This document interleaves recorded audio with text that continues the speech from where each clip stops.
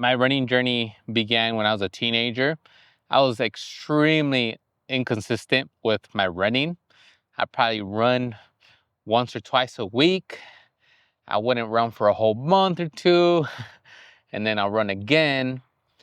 And I mostly do speed runs, but I was not consistent whatsoever.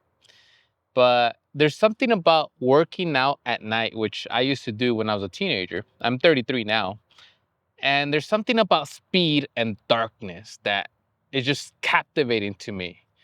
And there is definitely places where it's safe to run at night and places that are not safe. I'm probably in one of the safest places around the area, March Air Force Base. This area, I've been running for the past 2 years consistently. I love it because there's no traffic, cars don't pass by, but this is where the Navy and Marines train. They do all their training around this. And it's almost like a full track, almost like an Olympic style track. It's been an experience, to be honest, a humbling experience coming out here, showing up, because it's a decision that I take daily. It's a privilege that I can run. And I might not be the fastest runner in the world.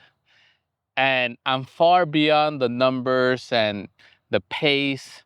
Yes, I am wearing my watch to track a little bit of that, but it's far beyond that. I'm just grateful that I have my legs, I have the capacity to move.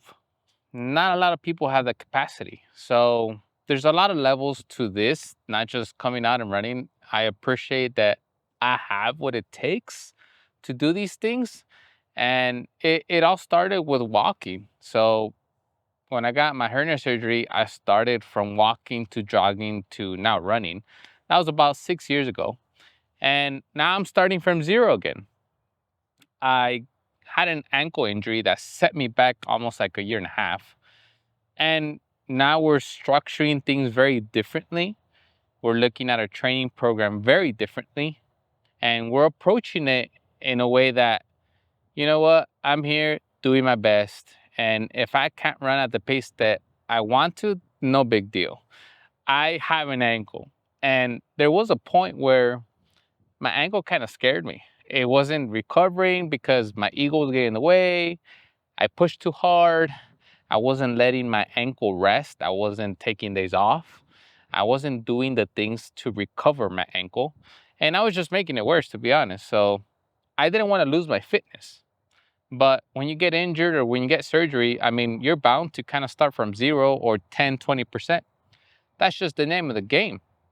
And, you know, your habits, your discipline, your lifestyle is going to carry you to build up again.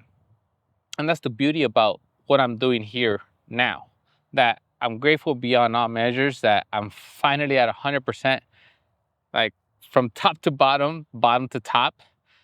And I'm grateful. I'm grateful that I get to finally make progress, not try to push myself to extreme limits, because running longer, faster is pushing that boundary more and more. But there is definitely a cap, right? You start getting sick, you start getting injured, and those are those limits where, okay, you're not resting enough, you're not sleeping enough. And to be honest, I've kind of gone in the back seat and said, you know what?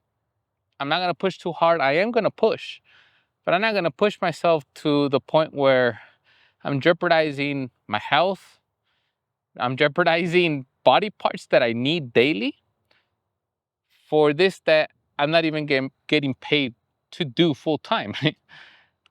I really hope that in the near future that's possible, but I need my ankle to go to work and do things. I'm not going to jeopardize that just because my ego is telling me don't lose your fitness. And don't get me wrong, I was getting really fast, and you pay a price for that. So I'm just coming out here, showing up, doing the best that I can. Whatever drills that I got to do, sprints, tempo runs, long runs, I'll do it to the best of my ability and call it a day. I just got to pat myself in the back and say, you showed up, you did your best, and that's it. So that's what we're gonna go do. We got 10 sets of 2-minute hard sprints. If I'm only able to do 5, 6, 7, bro, I'm happy. No problem. You know what? I'm cool with that. I'm cool with doing more than 2 or 3. That's for sure. And that's where I said, like, the limit, right?